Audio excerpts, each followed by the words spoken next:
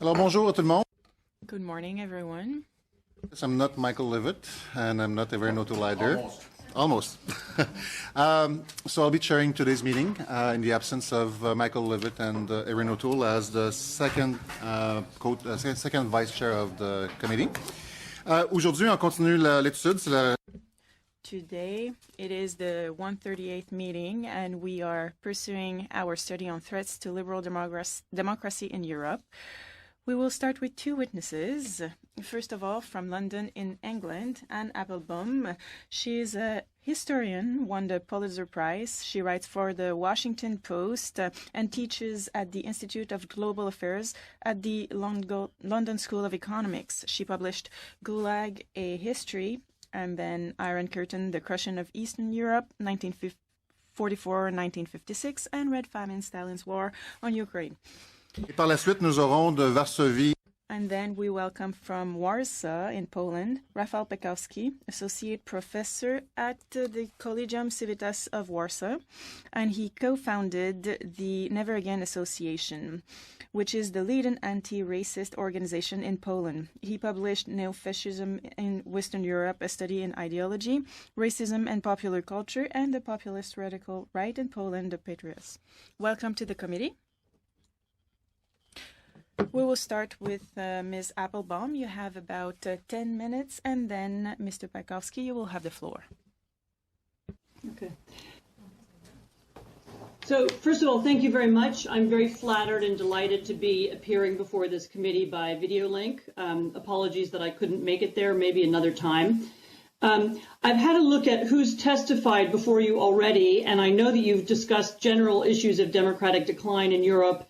You also have Mr. Pankowski about to speak, who's a great expert on Poland. And so I'm going to talk about something more specific today, which is the media and information environment that is enabling this decline, not just in Europe, but in North America. This is something I work on very specifically at the London School of Economics. Clearly, we're living through a revolutionary moment. So many elections in so many democracies are suddenly taking surprising turns. Nationalists and xenophobes who sound the same are winning support in countries with very different economics and political histories, from Poland and the Philippines to Brazil and the United States. It's my contention that just as the printing press broke the monopoly of the monks and priests who controlled the written word in the 15th century, that the internet and social media have very quickly undermined not just the business model of the democratic political media that we've known for the last 2 centuries, but also the political institutions behind them. Look at the democratic world. Everywhere, large newspapers and powerful broadcasters are disappearing. These old-fashioned news organizations might have been flawed, but many of them had as their founding principle at least a commitment in theory to objectivity and to fact-checking and the general public interest.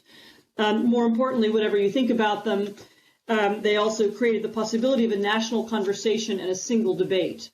In some big European countries, well-funded public broadcasters obligated by law to be politically neutral still maintain that debate, but in many smaller European countries, independent media has become very weak or disappeared and has been replaced by very partisan media, which is either controlled directly by one party or via business groups connected to it. That means that there's no broadcaster or newspaper which both sides of the spectrum consider to be neutral.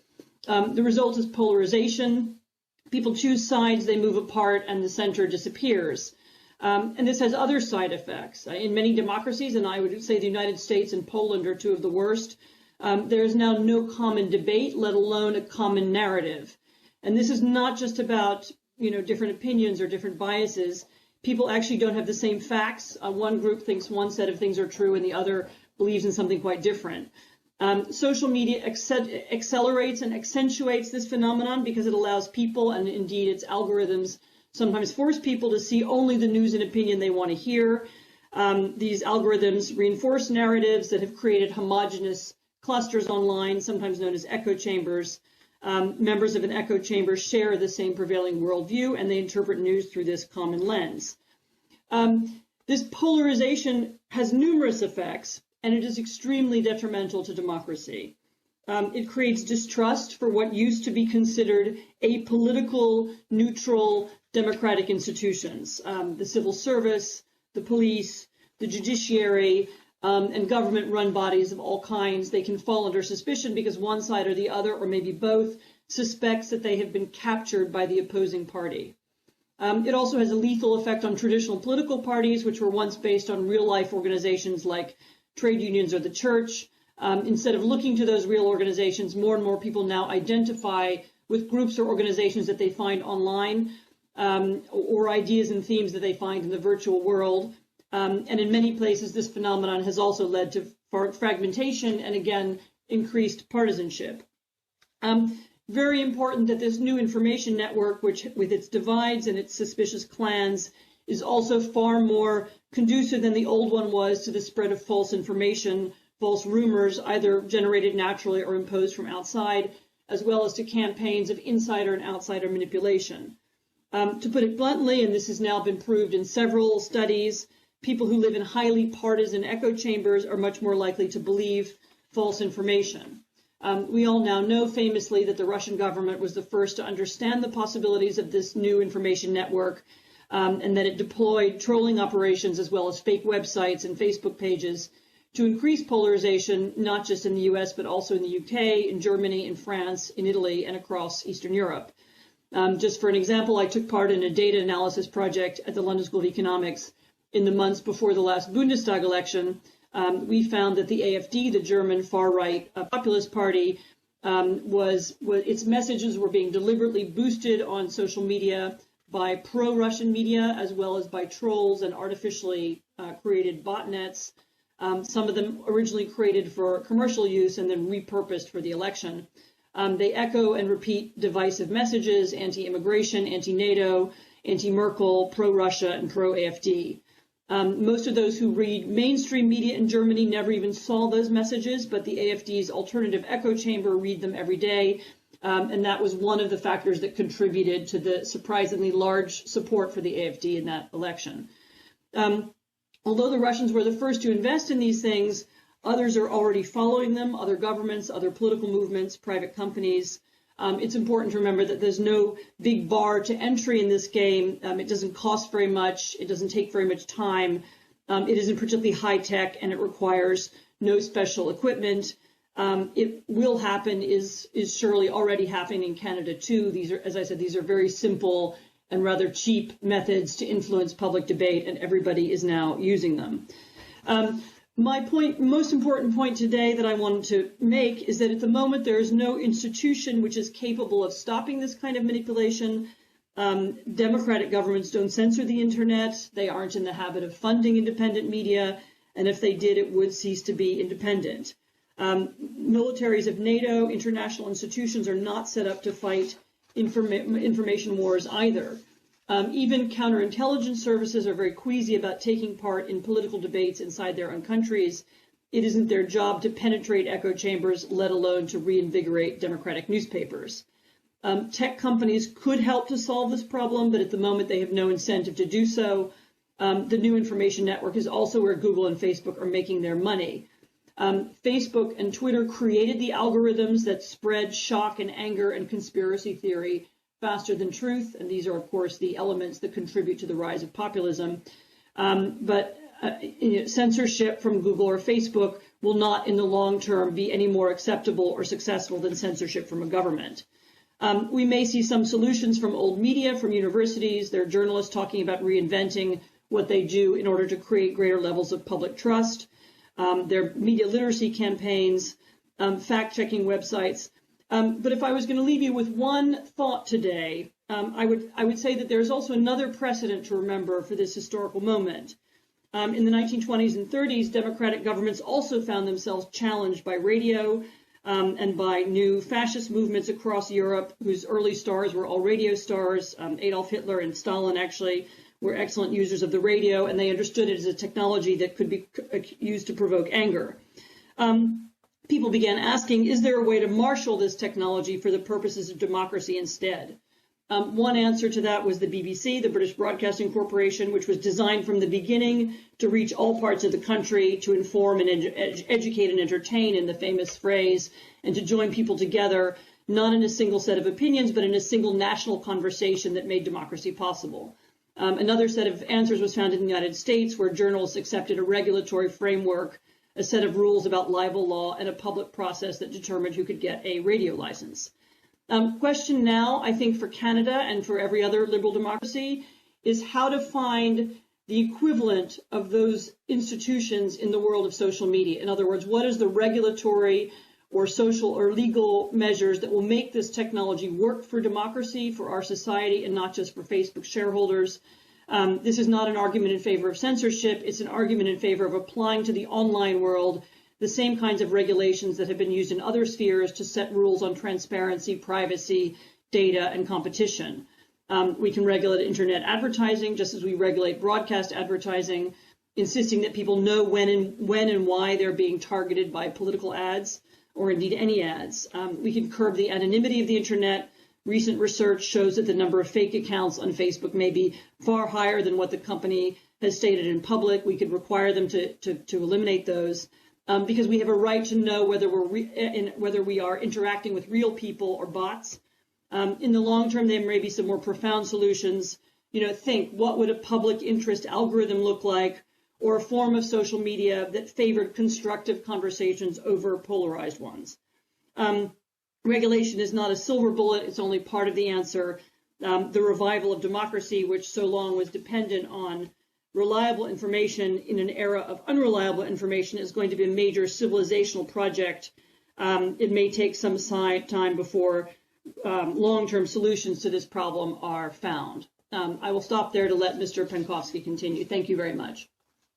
Thank you very much for your presentation and also for actually staying within the time limits. We now move to Mr. Pankowski for about 10 minutes. Ladies and gentlemen, thank you very much for your invitation. I am really honored, and I am especially honored to be invited alongside Anne Applebaum today. During your discussions over the last weeks, there is one term that came up, and for good reasons. It's a powerful term that has been making a revival in both academic and non-academic discourses in the last couple of years, namely fascism. Some years ago, I wrote a book trying to propose my own definition, present my own understanding of what is the essence of fascist ideology. And I would argue that fascism is the politics of total cultural homogeneity. Of course, Poland suffered enormously from fascism for the Nazi occupation. And then the name of my civil society organization in Poland, Never Again, is not accidental. But it is also good to mention that Poland also had its own fascist movement, which nowadays is also experiencing a kind of revival. Well, historically, Poland used to be one of the most diverse multicultural societies, if not the most diverse society in the whole of Europe. Today, due to those tragic events of the 20th century, Poland is one of the most mono-ethnic, homogeneous societies in the whole of Europe. There is a certain paradox in that. And I would say a return to diversity, a return to multiculturalism, in the case of Poland especially, would be a return to normality. Well, unfortunately, what we witness is currently a move away from the appreciation of diversity as a value, a move away from the liberal democratic consensus. And that worries me as a citizen of Poland, but I think it is not just Poland that is important here, and why Poland matters. And I hope it doesn't sound arrogant on my part. Is because the democratic transformation of Poland in 1989 and in the 90s was a watershed event, not just in Polish history but in global history. And in a certain way, the democratic transformation of Poland symbolized the legitimacy of the post-Cold War international order, based on the predominance of the idea of human rights and liberal democracy. And the current crisis of the liberal democratic consensus in Poland, in my view, symbolizes a much broader crisis of the post-Cold War international order. Now, the two main drivers, two out of ideological drivers of this move away from the idea of diversity in Poland are well known from other countries too: Islamophobia and anti-Semitism. Islamophobia, on that scale, is a relatively new phenomenon in Poland. We can literally point towards a moment in time when it skyrocketed, and that was the summer of 2015, during the so-called European refugee crisis, which, as we know well, didn't really affect Poland in any meaningful, direct way, but it coincided with the electoral campaign in Poland, where different right-wing and far-right groups competed between each other on who will present their group as more anti-migrant, more anti-refugee, and anti-Muslim. And I believe the repercussions of that wave of Islamophobia are still with us today, despite the fact that the Muslim community in Poland is very small. We are talking about maybe 20,000-30,000 people in a country of almost 40 million. The second type of hateful discourse that is important here is anti-Semitism, and that, of course, has a much longer history in Poland and in the region of Central and Eastern Europe. Importantly, the language of hatred against the Jews is also traditionally the language of hatred against liberal democracy as such, and against the very idea of a diverse society. On a personal note, I can tell you that I have dealt with the topic of anti-Semitism for almost 25 years now, so I knew it existed, and in a way it is really difficult to shock me in this field. But I didn't think I would live to see the kind of explosion of anti-Semitic discourse in the Polish media and politics on the scale that we experienced in Poland last year, when anti-Semitic discourse really became very widespread, especially in the state-owned, state-controlled mass media, on a scale that didn't happen in many years in Poland. Now, the crisis of liberal democracy in Poland has many different dimensions. You are aware of many of them: the rule of law, media freedom, artistic freedom, etc. But what I think is possibly one of the most serious aspects of the crisis of liberal democracy in Poland is visible on the level of values and on the level of social values and the level of culture. And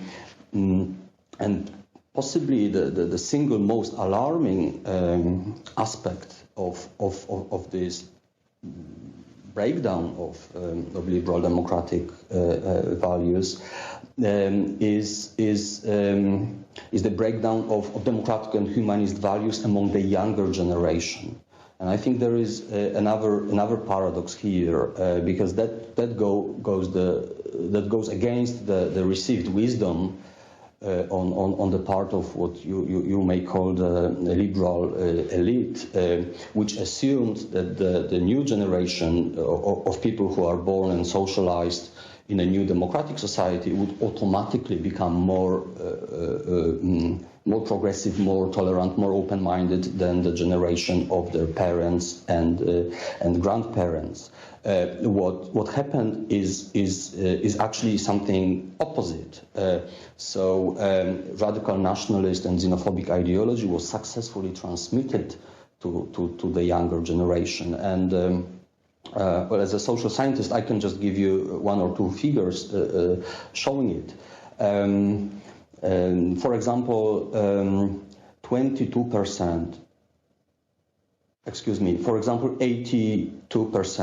82% of young people aged between 18 and 24 are against accepting any non-European refugees into Poland. 82%. The figure for the general population is 72%. Another example, there is a new political bloc in Poland which is going to participate in the European Parliament elections later this month. It is called Confederation. The ideology of this new bloc is summed up by one of its leaders officially. I quote, "We don't want Jews, homosexuals, abortion, taxes, and the European Union." End of quote.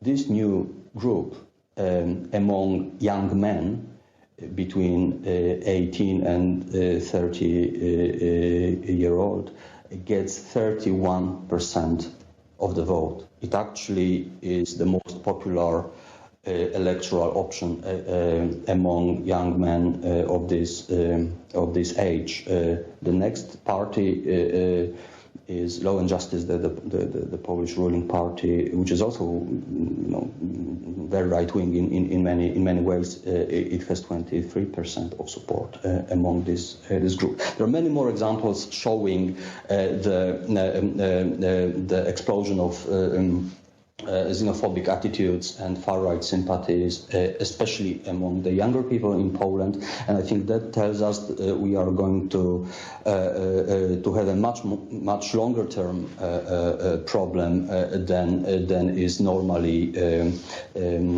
assumed or accepted.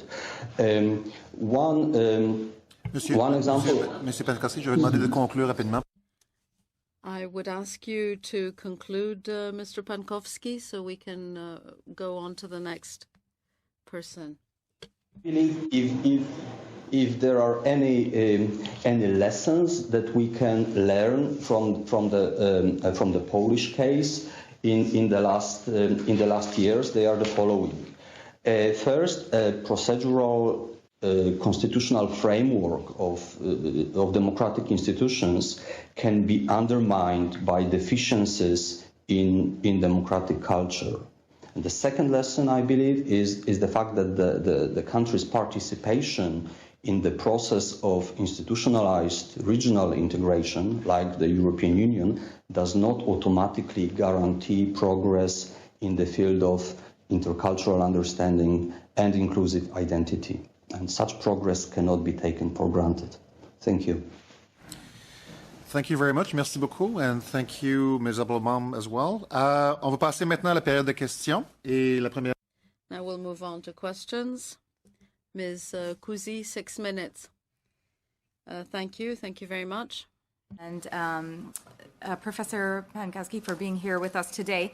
Professor Applebaum, I have the pleasure of serving on the Trilateral Commission with David Sanger, and I think he was ahead of his time with the perfect weapon in regards to the evaluation of cybersecurity and cybercrime. And I certainly know that he meant it more in regards to the destruction of infrastructure and the manipulation of data, as opposed to more manipulation of data and fake news as we've seen today.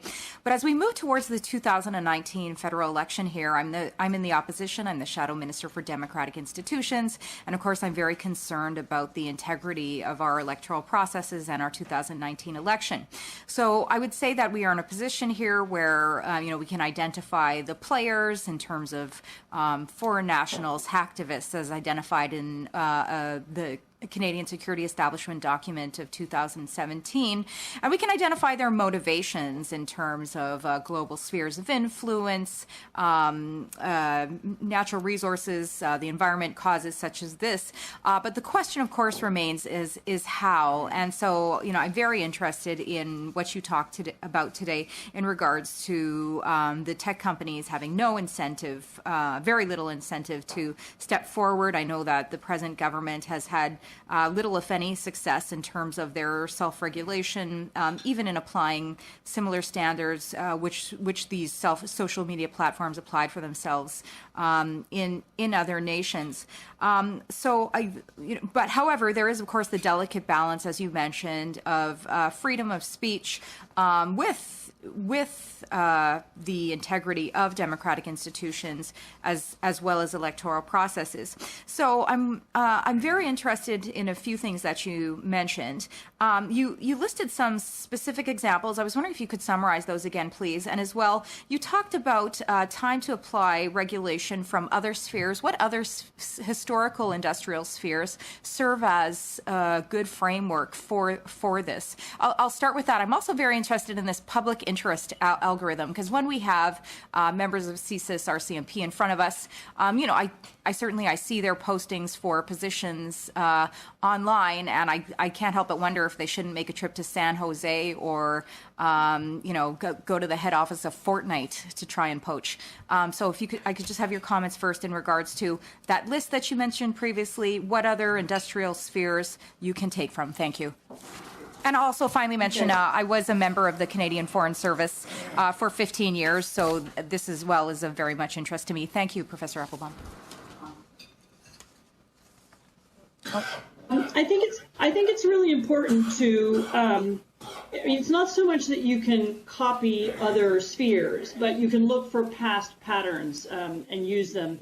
I tend to think of, and it's very important to understand there's not going to be a single silver bullet answer to this problem. We aren't going to come up with an internet gadget that will fix it or something. There are people trying to do that, and I've seen some of them. But they do it. Think of it more like the way in which we regulated automobiles. At the very beginning, people just drove cars around, and they just bumped into the horses on the street. And then eventually somebody realized, no, actually we need traffic lights. And then someone realized we need paint lines on the road. And then people said, well, wait, hey, maybe the construction of the car itself is a problem. And we invented safer cars and eventually airbags and so on. So the whole long process of regulating cars and how they're used took a long time and evolved as the car technology itself also evolved. And so I would think of it a little bit like that. We aren't going to come up with a single law that's going to fix this problem, but there are multiple things that governments can and should be doing, ranging from media literacy, education, teaching children, and not just children, how to use the internet, thinking maybe also about kind of public service advertising and the way we used to get people to stop smoking by, there used to be non-smoking campaigns. There could also be campaigns that teach people how to think about and use the internet.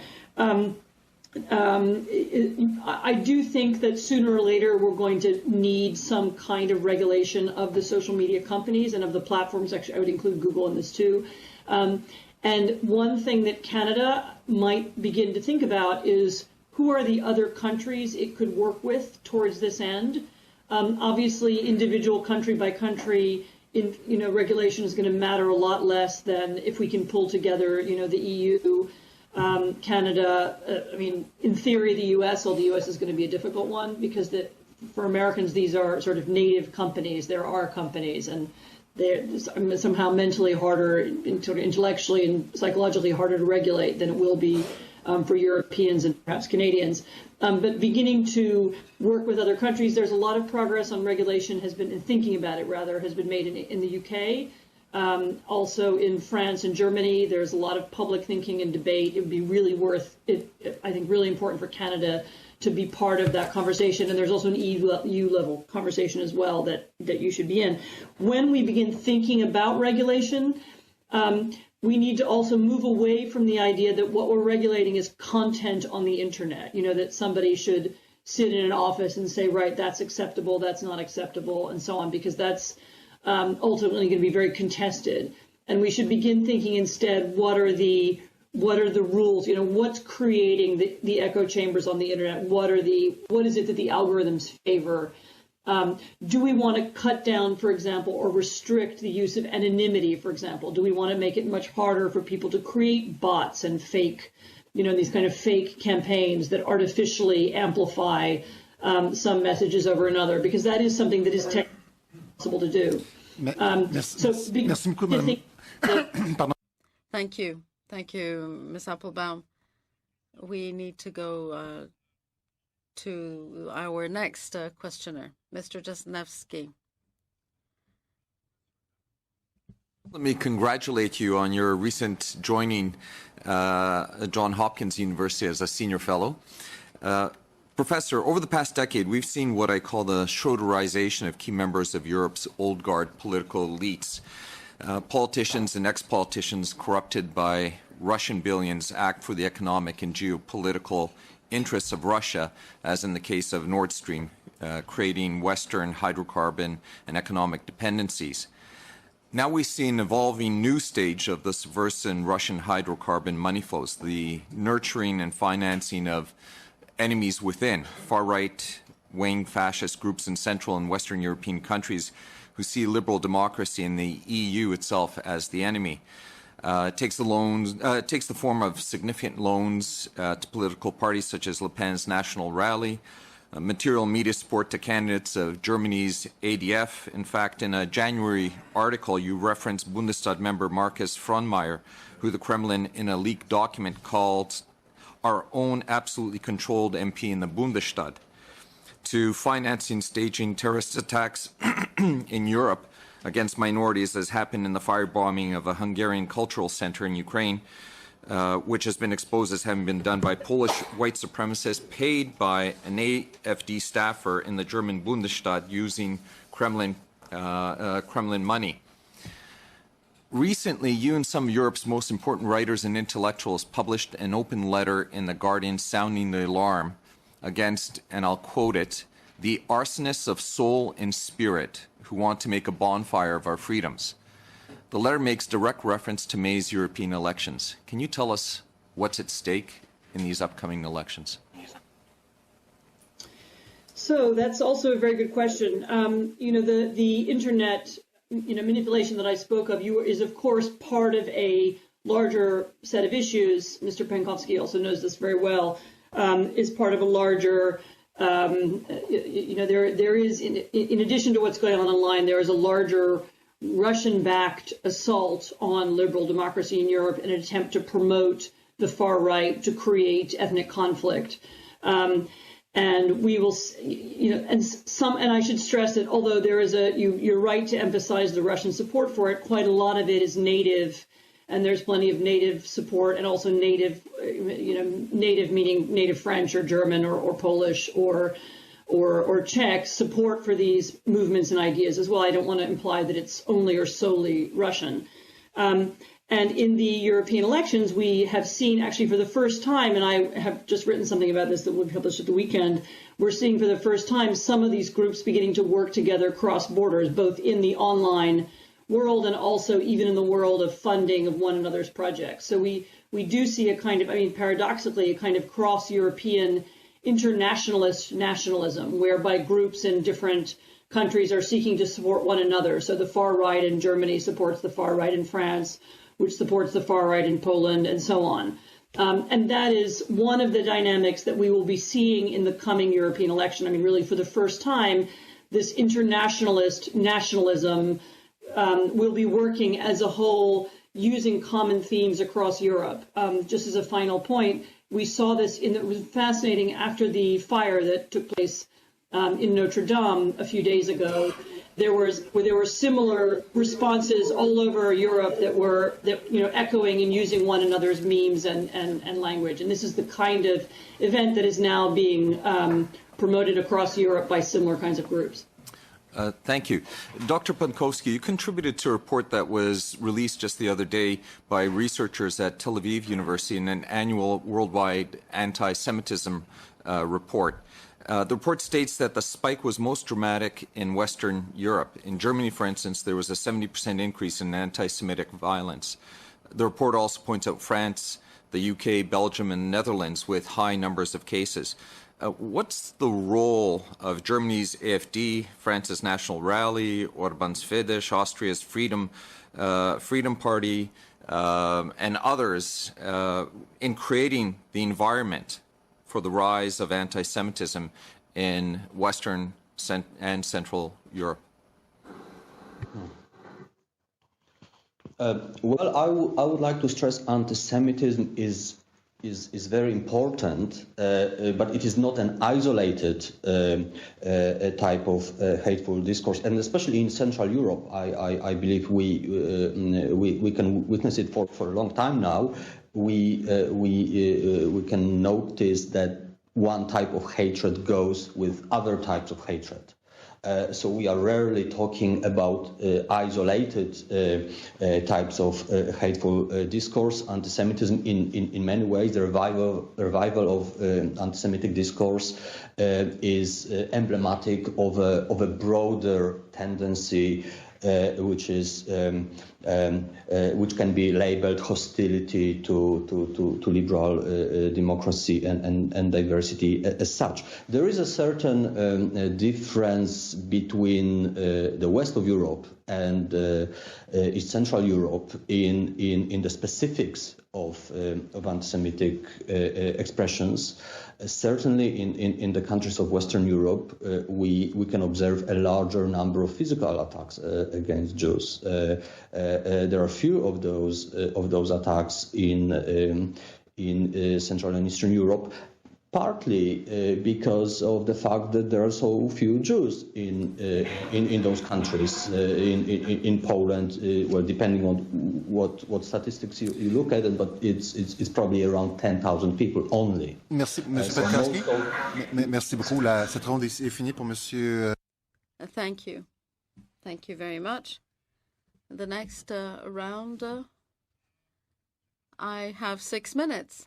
I'll begin with Ms. Applebaum. My question is for Ms. Applebaum.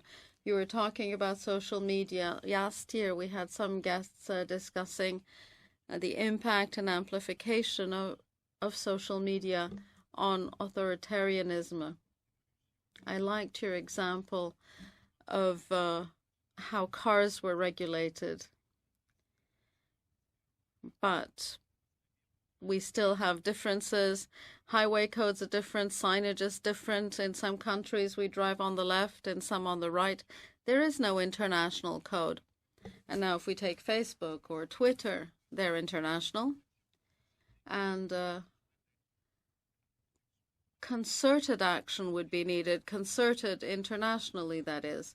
So how could we do that, knowing how big these empires are, how massive?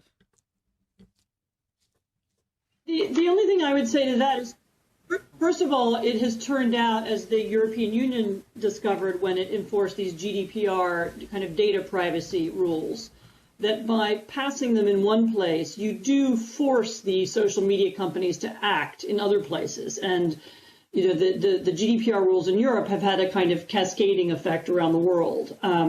So it's not totally useless to do it even as a single country. But of course, it would be much more powerful and much more effective to do it as several countries. And one of the things I'd love Canada to think about is whether whether North America and Europe should be thinking, I mean, as the pillars of the Western NATO alliance, should be thinking about adding a kind of disinformation or information security aspect to the alliance. Maybe not within NATO, maybe alongside NATO, but there is a really a common interest in trying to figure out how to protect democracy in these circumstances. So on the one hand, it's not useless to do it by yourself. It can have an impact. On the other hand, adding this and expanding the concept of security to include this, I think would protect all of our democracies. Merci beaucoup. Thank you very much. I have a question for both of you. I will start with Mr. Pankowski. Mr. Pankowski, you talked about the law, justice, and confederation parts. When you look at their platforms, we know what they do not want. We know what they want to fight against. My question is a question that we see everywhere in countries where there are such movements. What do they want? For UKIP in the UK, they want Brexit. They got it, and then they left, and now it's chaos. In Poland or in other countries where there are such parties, we see what they are fighting against, but what do they want? If we want to speak in a more positive way. You both have about 90 seconds. Mr. Pankowski. No, I think you are quite right to allude to what you may call the negative identity of those movements, which is much more powerful and much more important, frankly speaking, than any of the positive proposals that they are making. So they definitely stand for a type of community defined through ethno-nationalist ideology. But at the end of the day, the ethno-nationalist type of community is very much defined by who does not belong, by the construction and the reconstruction and the reproduction of the enemy image. And the enemies are ethnic minorities, religious minorities, ideological opponents, also sexual minorities. The targets change, and we see there is a lot of targets to choose from, but the basic idea is relatively simple. It is the hatred of the other. Merci beaucoup, Madame Applebaum. Thank you very much. Ms. Applebaum. I would answer that by saying a lot of these groups want is power. And they either think they can use this kind of language to galvanize people and consolidate a political party, or once they have power, even shared power, as we've seen in Italy, they will then attempt to take over the institutions of the state to make sure that they stay in power. This is what we saw happen in Hungary famously. It's what's happened in Poland, where they haven't succeeded yet. And you can see other extremist and far right parties attempting to do the same in Europe. So they're interested in putting themselves and their members in charge. They think that they are the only people who are legitimately have the right to rule in their countries. And once they are in charge, they will then seek to bend the rules in order to stay in power. And this, of course, is exactly why they're dangerous to democracy. A quick answer. You're in London. Why wasn't the case with the Brexit, for example? Why did all the leaders of Brexit actually just leave without attempting to shape the things to come? Isn't it about 30 seconds or 20 seconds? 20 seconds, right. Essentially because they didn't expect to win. And when they did win, they didn't have a plan, and they didn't have a clear idea of what Brexit was supposed to look like. And we spent, therefore, the last 3 years arguing about that. And even at the very, very end, when they had to vote, they couldn't agree among themselves about what it meant to leave the EU and what their new relationship with Europe should be. So I think your point about not having a clear goal is very pertinent in this situation. Thank you very much. Merci beaucoup. La prochaine. Thank you very much. The next questions for Mr. Sini. 6 minutes. I would like to start with you. You wrote a recent article where you said hypocrisy links the populist. And I agree to some extent, but you mentioned and you referenced Babas of Czechoslovakia or the Czech Republic, where he has a holding company and he employs foreigners. You talked about Orban running a golden visa program. You've talked about Kaczynski, who has controlled a company. But these people came into power and they sort of aggregated all these interests. But there must be another central theme as to why the xenophobia, because politically, if you look at, for example, Orban, he doesn't have as many immigrants in his country to rail against immigrants. But what is the central theme that is,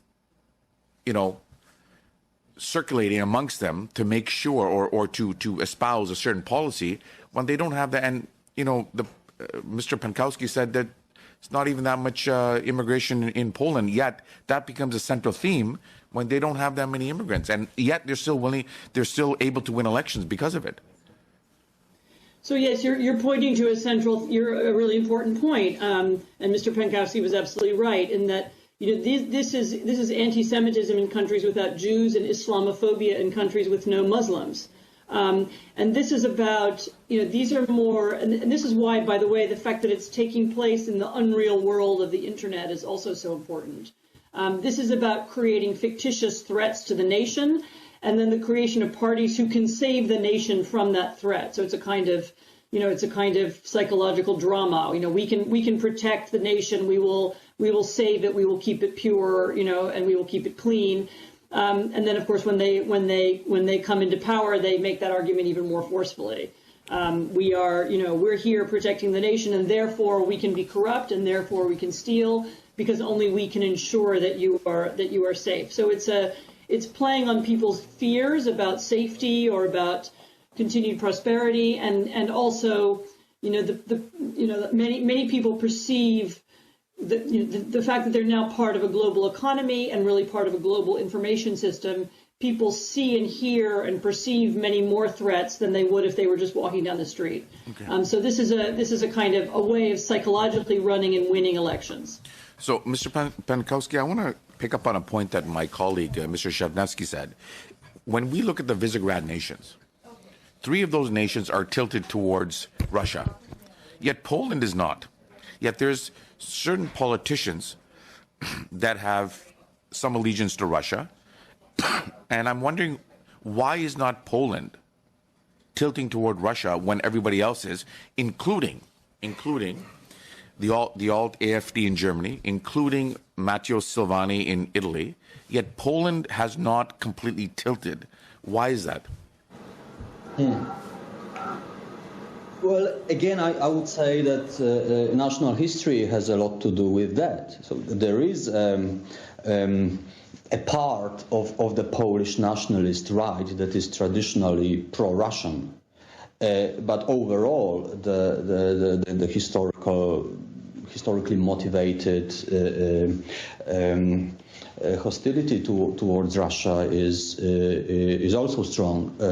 So you have both elements among the Polish nationalists. But I would say many of them who publicly express their hostility to Russia, at the same time, quite clearly, they are modeling their political ideology on the current regime in Moscow. There is no doubt about that. So there may be some rhetoric of hostility towards Russia in their nationalist discourse on one hand. On the other hand, you have some very clear inspirations in terms of the kind of ideology that they are promoting. So I have one question to both of you. Article 7 has been invoked against Poland and Hungary. And it seems to me that the EU, because of the rules of their parliament, the sanctions against Poland or Hungary can only be done in unanimity. So technically for me, it seems to me that this has become normalized in Europe now. When you look at the 4 countries, Visegrad countries, and I'll start with them, but Article 7 has been invoked. The EU has no teeth to apply any sanctions. Do we not see the normalization of this kind of xenophobia, and what is the solution for us in North America to counteract that? Vous avez environ 40 secondes. You have 40 seconds. So, I mean, yes, absolutely. That's an accurate description of what's happened. Unfortunately, the EU. I mean, there is normalization. The EU has accepted in de facto that these things happen.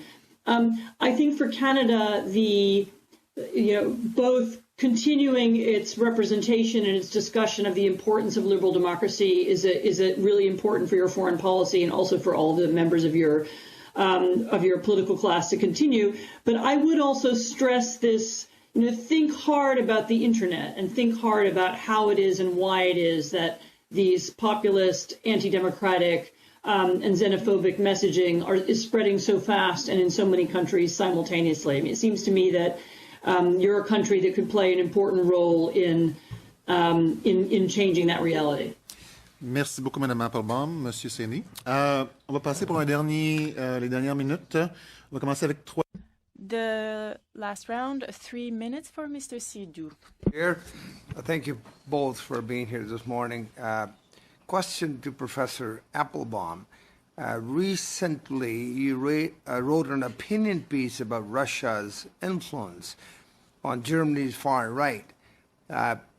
It feels like your opinion is that Russia's influence on world powers such as Germany and the United States is part of the effort to dismantle NATO. If that's the case, is this time to your suggestion to modernize NATO if there's a survival of NATO? Yes, I agree absolutely that this is one of Russia's clear geopolitical goals is to dismantle NATO as well as the European Union and to get American troops and North American troops out of Europe.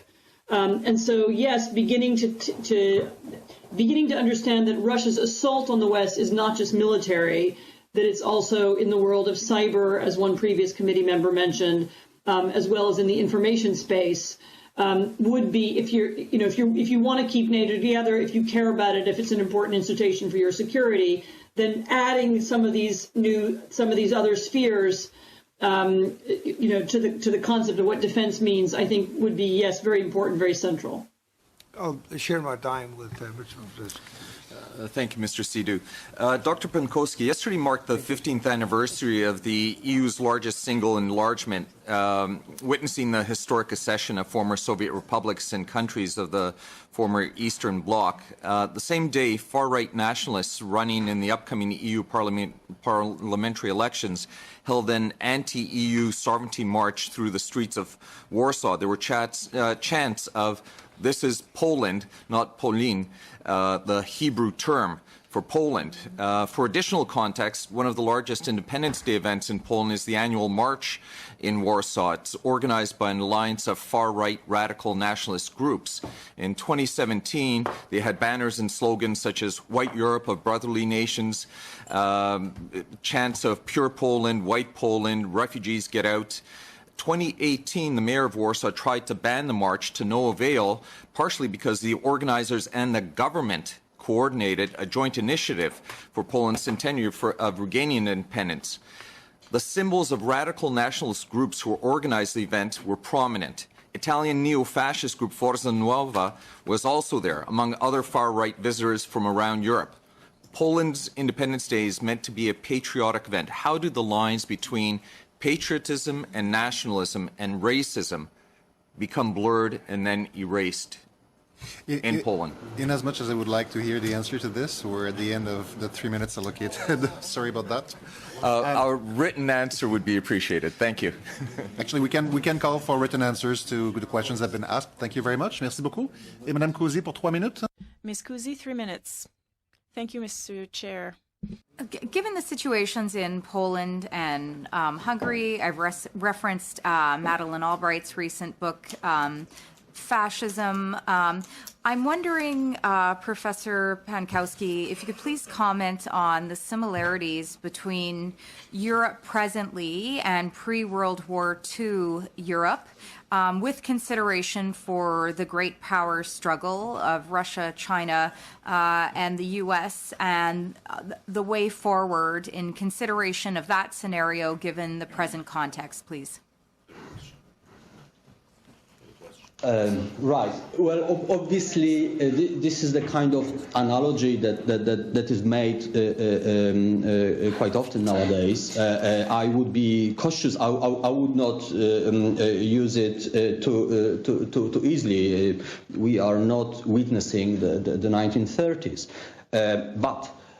On the other hand, it is impossible not to notice there are elements of our social and political reality that can be compared to the 1930s. There are movements that can be compared. If we accept fascism is the politics of total cultural homogeneity, there are movements out there, such as those marching in Warsaw on the 11th of November, or in fact yesterday, that have a very similar ideology, even if they don't wear the swastika on their forehead.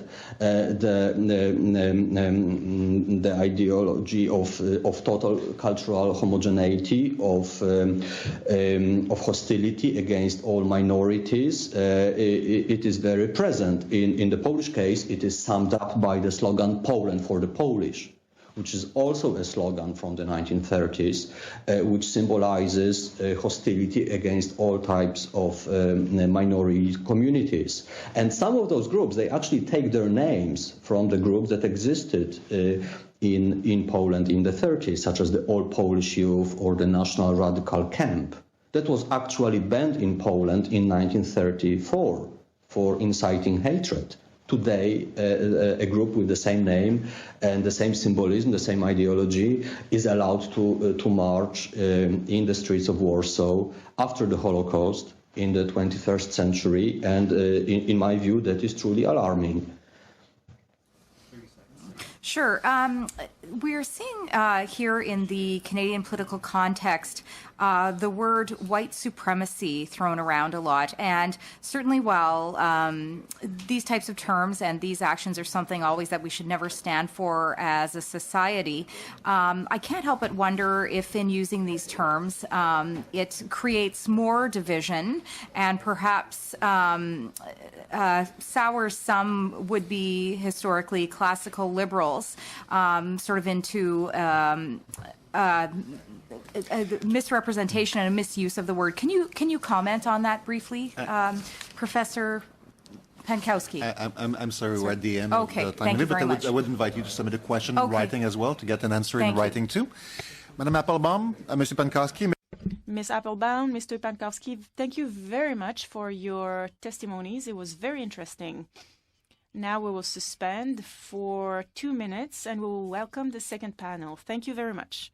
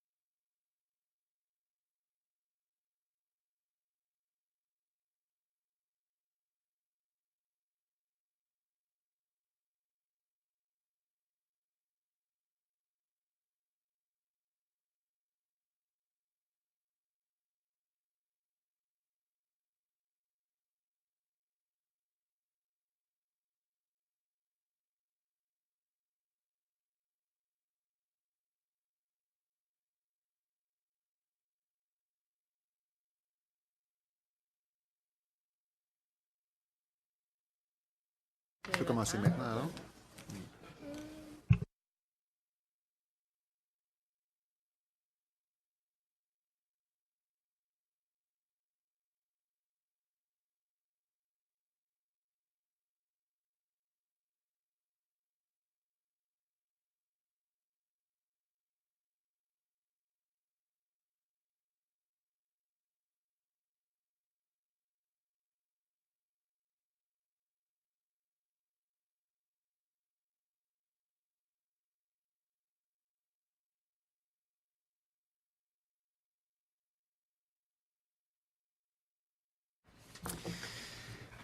Alors, merci beaucoup.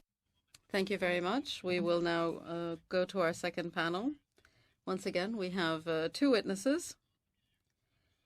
First of all, Mr. Daniel Ziblatt, who is with us from Cambridge, Massachusetts, by video conference. He is the professor of the Eaton Chair of the Science and Government Center for European Studies at Harvard University. His research is on the democratic breakdown, political parties, and the historic political economy. He focuses on Europe from the 19th century to now. He co-wrote Security Beyond the State, How Democracy Dies. Mr. Ziblatt, I hope I have pronounced your name properly. With us also is Michael Williams, professor in international politics at the University of Ottawa. He is with the private security and its impact on the world order. He co-wrote the book Security Beyond the State, Private Security in International Politics. We'll begin with Mr. Ziblatt from Cambridge. Thank you.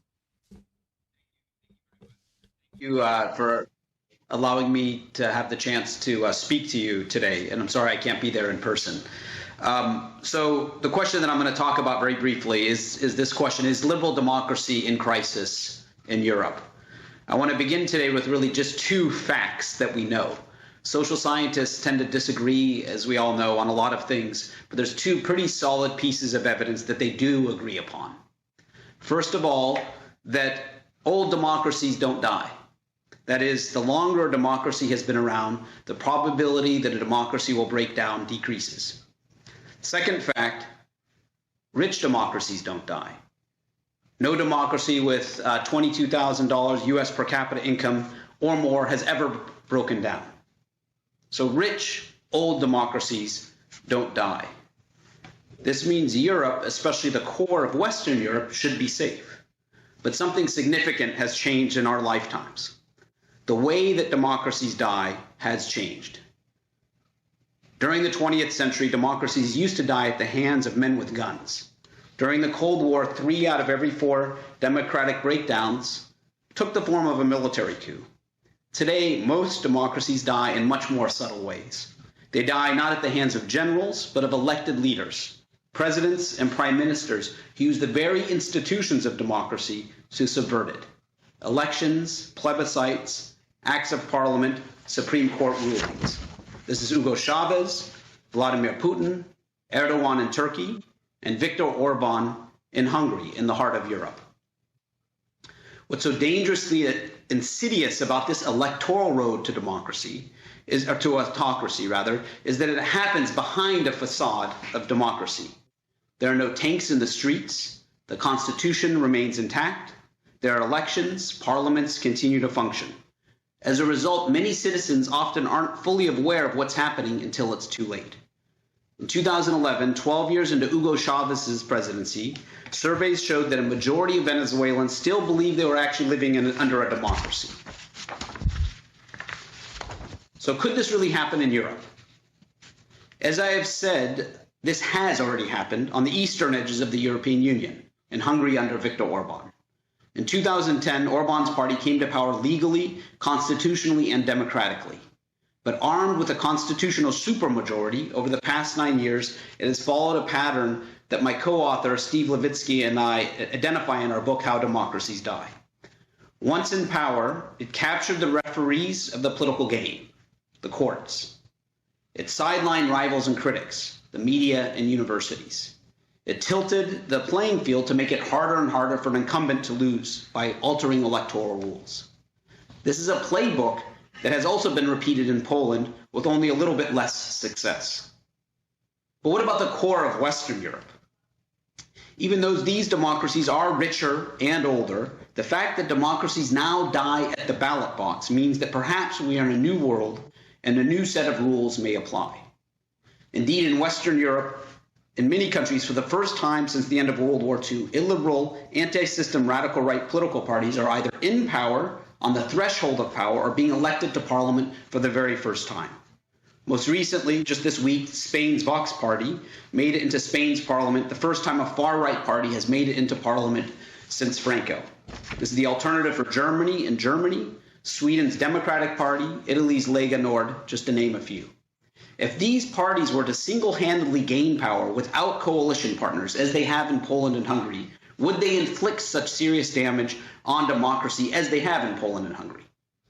I believe the answer is yes. A core and underappreciated precondition of Europe's post-World War II order and democratic stabilization from post-Nazi Germany to post-Franco Spain has been not only a social democratic party of the left, but a robust and democratic center-right. As Franz Josef Strauss, the Bavarian conservative, put it in the 1980s, for democracy to survive in Germany, there cannot be a party to the right of Germany's Christian Democrats. This condition has held through the entire post-war period, until 2017. It is no longer true. The biggest opposition party in the German parliament today is a radical right party to the right of the Christian Democratic Party, and this has upended Germany's political equilibrium. So given all of this, there are two important questions I think to consider. First, how do we know these parties truly are a threat to democracy and not just expressing the disaffection of marginalized voices that can be integrated into stable democratic political systems? To answer this question, we have to have a set of criteria to assess whether parties and politicians are genuine threats to democracy or not.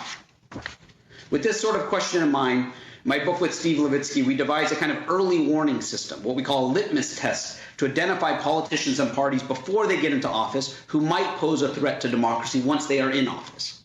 This is critical because if democracies die at the ballot box, it's important to be able to identify politicians ahead of time who might be threats to democracy once they are in office. So we propose 4 criteria. First, does a politician reject the rules of the game? For example, do they challenge the legitimacy of elections? Do they reject the legitimacy of the Constitution? Do they seek to endorse or support extra-constitutional means of changing government? That's the first criteria. Second, does a politician or party publicly deny the legitimacy of their opposition? For example, do they describe their rivals as subversives, traitors, or criminals? The third criteria, does a politician or party tolerate or encourage violence? Or do they align with or fail to condemn supporters who use violence? And then the fourth criteria is, does a party or politician express a readiness to curtail civil liberties of opponents, including the media? So if a politician or a political party tests positive on a single one of these criteria before getting into office, we should be worried. In Europe, we have seen radical right parties at times passing some of these tests. And when they do, and if they do, they are a threat to democracy. Second question. What has caused this rising tide of Europe's new illiberal radical parties? Analysts usually refer to 2 kinds of factors to explain the rise of Europe's illiberal radical right. First, economic factors. Second, cultural factors connected to immigration. For example, analysts often argue that slowing wage growth, increasing economic inequality, unemployment have all generated voter disaffection with democracy in Europe. There's a lot to this, but it's not the whole story. It's striking that a country such as Poland, that has essentially had uninterrupted economic growth since the early 2000s, escaped the 2008 financial crisis essentially unscathed, not only has a strong illiberal political party, but one that is currently in power. While a country like Spain, which suffered some of the worst fallout of the 2008 financial crisis, with unemployment rates reaching over 26% at the high point, has until this year not had a populist radical right party in parliament. So economics matters, but it's not the whole story. Others argue the causes are cultural. The rise of the radical right has come as the percentage of national populations that are immigrants in Europe has increased. The radical right has thrived in response to the refugee crisis, it is often thought. But there are puzzles here too. Cross-nationally, the places where the radical right has done best, in Poland and Hungary, are precisely where there are fewest foreign-born residents, less than 5%. And countries like Spain and Germany, where foreign-born residents reach over 10%, double, have experienced much more sporadic radical right movements.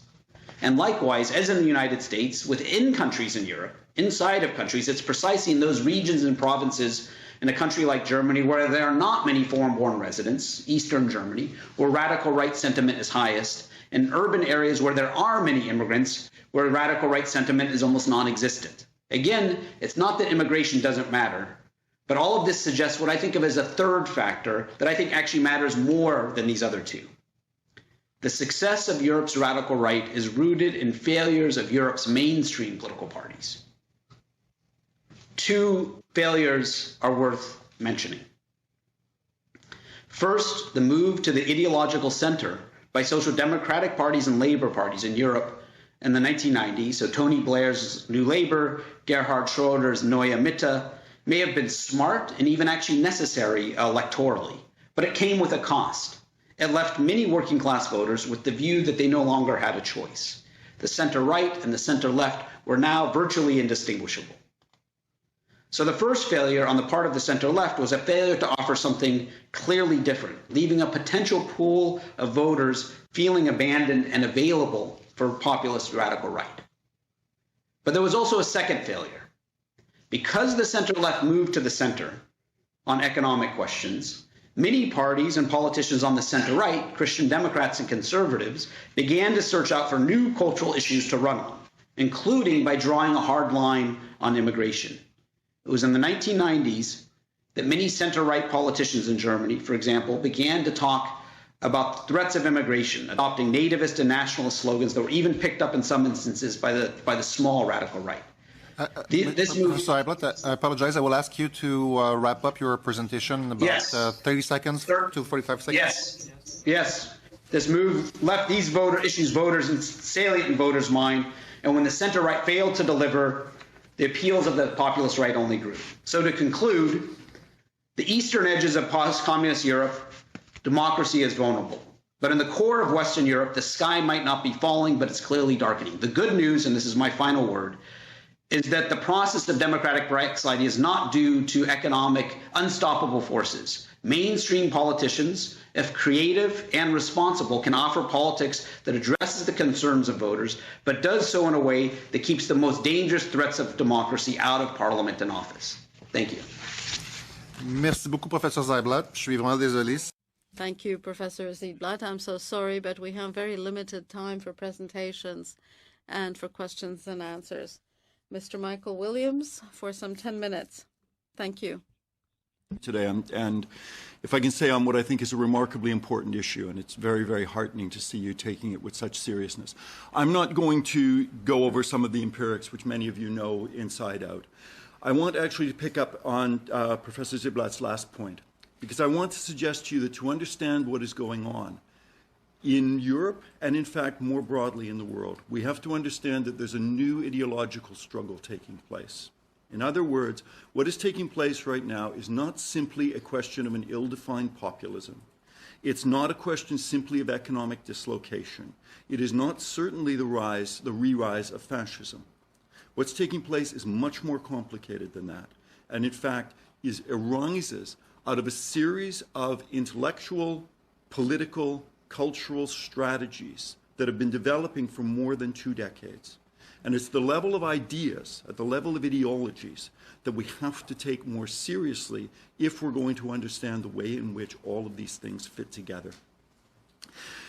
It seems to me that one of the biggest problems we have in understanding the rise of what I call the radical right or radical conservatism is that we fall back on cliches. And our 2 favorite ones are populism and fascism. Populism is great because it seems to identify something we just don't like, right? It's happening, and it's kind of the rise of the great unwashed. We're really not sure what's happening, but it's bad. And the problem with it is precisely its ill-defined nature. Fascism really does not get us at what is happening in contemporary Europe, or in fact more broadly in the United States on the radical right. What I want to suggest is that we can understand populism in a much more systematic way, which is in fact the way that the ideologues of modern populist movements have understood it. And we can understand it on a basis of basically two axes. The first is what we might call a vertical axis, which is a divide between the people and the elite. Right? Almost all populist movements will make this divide. The people are defined in some way, and the elite are defined as their opponents, those which undermine or oppose the people. And the second is what we might call a horizontal axis. That is, a divide between the people and those who are outside the people. What makes a populist movement really powerful is the way in which it's able to combine these two axes. The way in which the elite and the outside are fused in a very specific political rhetoric. And if we look at the contemporary far right in Europe, one of the most interesting things is the way that it's been able to do this with the primary adversary being defined as liberal globalization. That is, internally, it is liberal elites that attack the interests of the people. Those liberal elites are explicitly globalist, globalized. They are the representatives of global capital. They are the representatives of international human rights. They reside in international NGOs. They come from abroad. They make linkages. The ideology of contemporary radical right populism, then, revolves around this fusion of a vertical and a horizontal axis in opposition to liberal globalization. This is a strategy that one can trace back. It emerges, for those of you who are interested in these kinds of things, it emerges in France in roughly 1968. It's been around for almost half a century. It has only really picked up power in the last 10 years. This is not, therefore, simply an inchoate political spasm. It has to be understood as part of a political ideological struggle.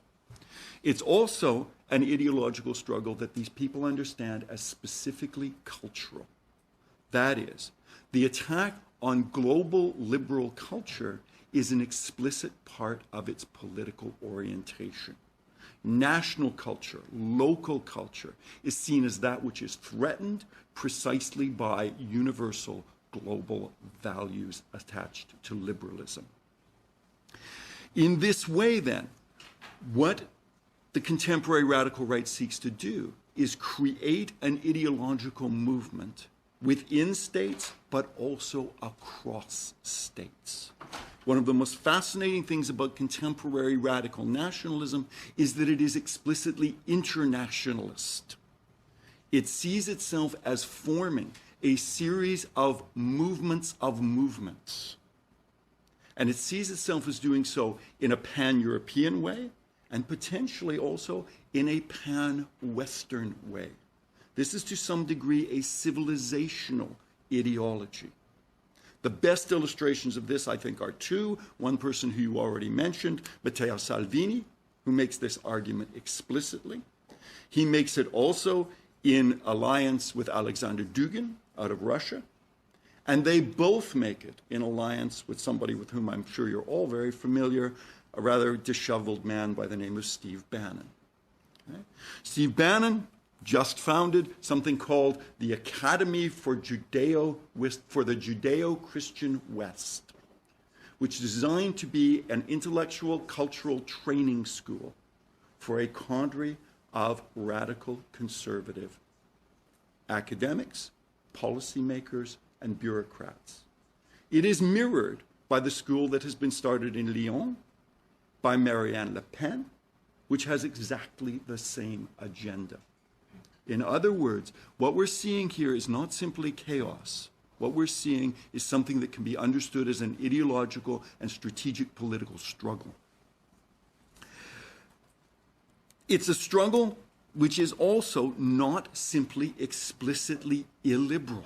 And this is one of the biggest problems in countering it. It often manifests what we might paradoxically call a liberal illiberalism. If you take a look at the far right in Northern Europe, for instance, one of its major political points is what it sees as a defense of liberal values, free speech, secularism, and the argument that the defense of these values requires illiberal measures in specific against those civilizations that they present as threatening them. Islam being the one that usually comes to mind when we talk about the North European far right.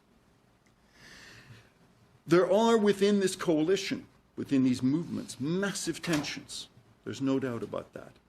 What we're seeing here is not a systematic block, but what we are seeing is an attempt to build a cultural, political, and ideological movement that understands what it is doing, that has a political rhetoric that is systematic and structured, and that seeks systematically to attack liberal values, global values, and to do so in ways that link up to local conditions. And if one is thinking about how to confront it, the only way to do so is to take it seriously as an ideology, as well as a set of social upheavals. That's all I'll say for now. Merci beaucoup. Thank you very much. We see that there will be a vote at 10:35 in the House of Commons. So let's try to keep going until 10:20. So 3 people can ask questions during 3 minutes each. So do I have unanimous consent so that we do that? Yes, thank you very much. Yes, so 3 minutes per party. So I'll start with you, Ms. Kuzi. Thank you, Mr. Chair. Mr. Zubulat, it's so special to have you here today. I'm a huge fan of yours. I've read your book, and I'm going to say something really selfish here. It's my birthday, so I kind of feel like I'm talking to the Brad Pitt of democracy on my birthday. Thank you so much. It's truly a thrill. Well, damn it! I thought you were going to be here. That's why I brought it for you to sign, and you can see I've made notes and everything. So no, truly, this is a thrill. And thank you to the clerk and staff for having me here today. Since I only have 3 minutes, then I'm going to move into a concept. I'm a big fan of your evaluation of the 4 key indicators of authoritarian behavior. And since I will not have time in these 3 minutes, what I will submit in writing, if I may, if given permission by the clerk, is a request for you to do an evaluation of the Canadian government, because I would say, as of recently, we've seen certainly rejection of weak democratic rules of the game, denial of legitimacy of political opponents for sure, more internally, and readiness to curtail civil liberties. So I will be asking in writing for you to do an evaluation on Canada. But I want to talk briefly about another concept which you didn't really touch on in your opening that I really appreciate within your book, called forbearance, which is something else that I'm seeing significantly here in our Canadian system and our Canadian processes here. So for example, we're seeing the use of time allocation significantly to cut down debate by the present government. So, of course, using the rules, which are historically, and I'm not sure if it would be fair to say that they are historically abided by in this case,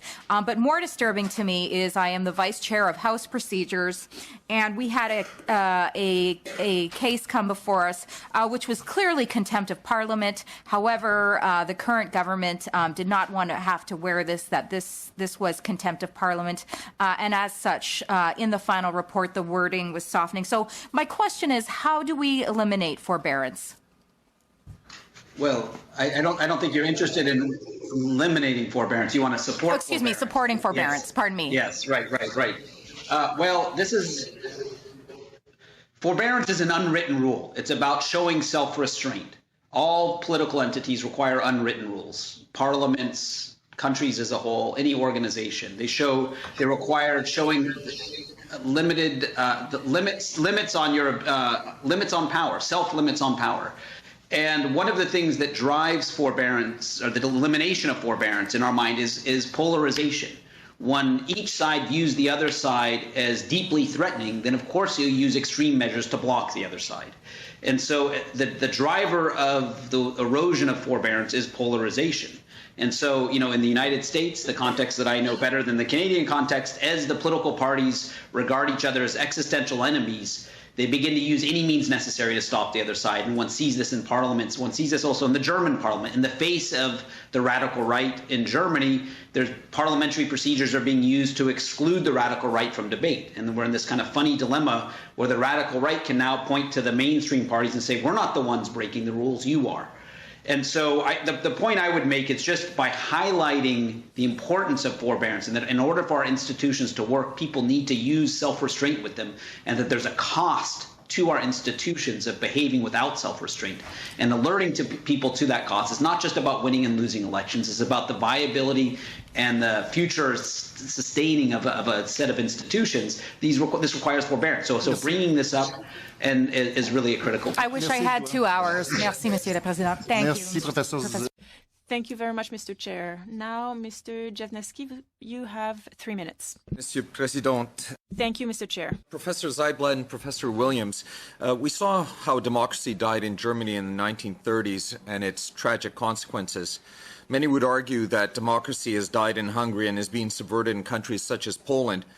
However, we're also seeing a new act for which there isn't a historical precedent.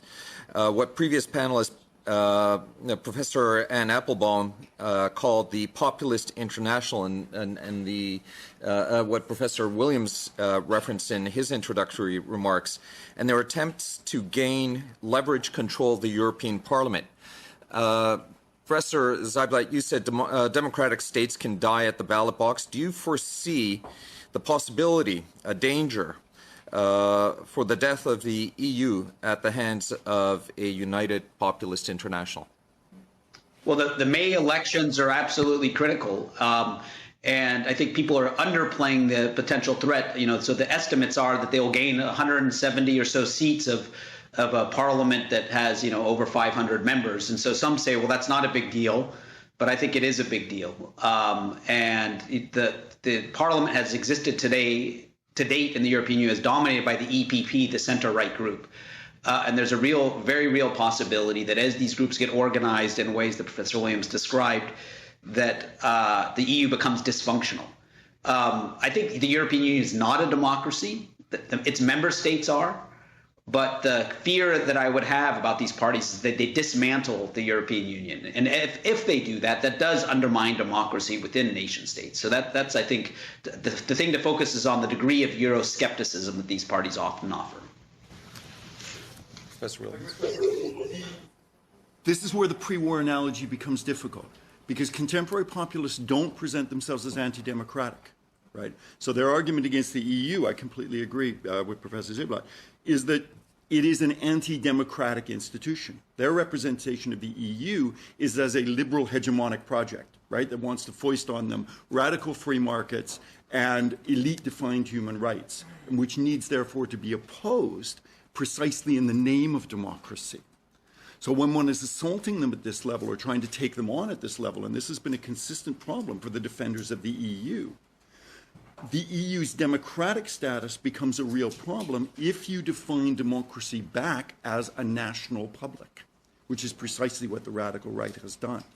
So to take them on effectively, we can't simply look at them as anti-democratic, because that is a label both they and their supporters will absolutely reject. They will say, what we are trying to do is actually rescue democracy from these undemocratic, elitist institutions that have no connection to us. And therefore, the EU's dilemma is to try to find a response to that that is effective. Thank you, Professor. And it's difficult. Thank you, Professor Williams. Pour une dernière ronde de 3 minutes. Now I have questions for you. Answer from both of you. I'll start with Professor Seiblatt. We're talking about the tool of delegitimizing opponents used by authoritarian parties. Thing is, if we want to protect and strengthen liberal democracy, we need to strengthen the structure and the institutions themselves. If we strengthen freedom of the press, we strengthen the validity of the evidence-based decisions that have to be made, then it might be seen and used by those parties to actually promote an elitist view that they are fighting. So how do we fight this effectively? How do we fight those arguments that are being used to delegitimize the process and delegitimize the attempt of strengthening the democratic process itself. Professor Zyblatt, and then hopefully we have time for Professor Williams. Yeah, I'll try to be quick. When you have political parties that are not committed to democratic rules and to truth and so on in a political system, there are no easy answers because they pose a series of dilemmas. Do you crack down on them? Do you treat them as illegitimate, but then run the risk of reinforcing their appeal? Or do you ignore them and run the risk that they gain in popularity? So there's really no good answers. I think there's a series of bad options and worse options. And I think one of the critical points that I think emerges out of the historical record is that one does need to act with forbearance. In other words, one does need to act with self-restraint. One does need to try to treat these other parties as legitimate representatives of people who have voted for them. On the other hand, one has to beat them electorally. I think at the end of the day, the point of a democracy is that you can win in elections, and this sends a message to parties that what they're offering doesn't work. So it's critical to not limit their access to institutions on the one hand, but on the other hand, one has to draw a hard line and not form coalitions, for instance. Thank you very much, Professor Williams. I think one of the crucial things here is actually, and this is something you people know more about than I do, is political rhetoric. It's vital not to allow the right to cast every issue within the overarching logic that they wish to do. And the overarching logic that they wish to do is to cast every issue either within a national or a global culture war. And a crucial thing is to try to disallow them from occupying that political landscape. The most effective interventions I've seen with the radical right are those which try to push them on precisely what they would do. But if one makes the mistake of playing into the framing of the issue that they have already established, because they actually have an ideological framework, because they have a systematic rhetoric, they understand exactly the moves that are useful for them to move. I'll give you simply one example on this that I really, really like, and it comes from Mr. Steve Bannon, who has a wonderful line which he says, whenever I'm being interviewed, all I do is wait for the person to say identity. And as soon as they say it, I've got them. That is a trap that one has to avoid falling into. Thank you very much. Merci beaucoup. Avant qu'on se quitte, si vous avez des questions écrites pour nos témoins, que ce soit... If you have answers for our MPs, please send these written answers by Friday afternoon. I'm sorry for a shortened version of this panel, but it was really, really interesting. Juste une couple de notes avant de quitter. Before we leave, do not forget the subcommittee meeting on May 6th at 12:15 in the afternoon. And then the deadline to send written questions for the witnesses of April 30th is today at 5 p.m. So for the witnesses we heard last Tuesday. And we would like for you to confirm your presence for the breakfast on May 8th with representatives of Latvia. Thank you very much. Thank you to our witnesses. This is the end of the meeting.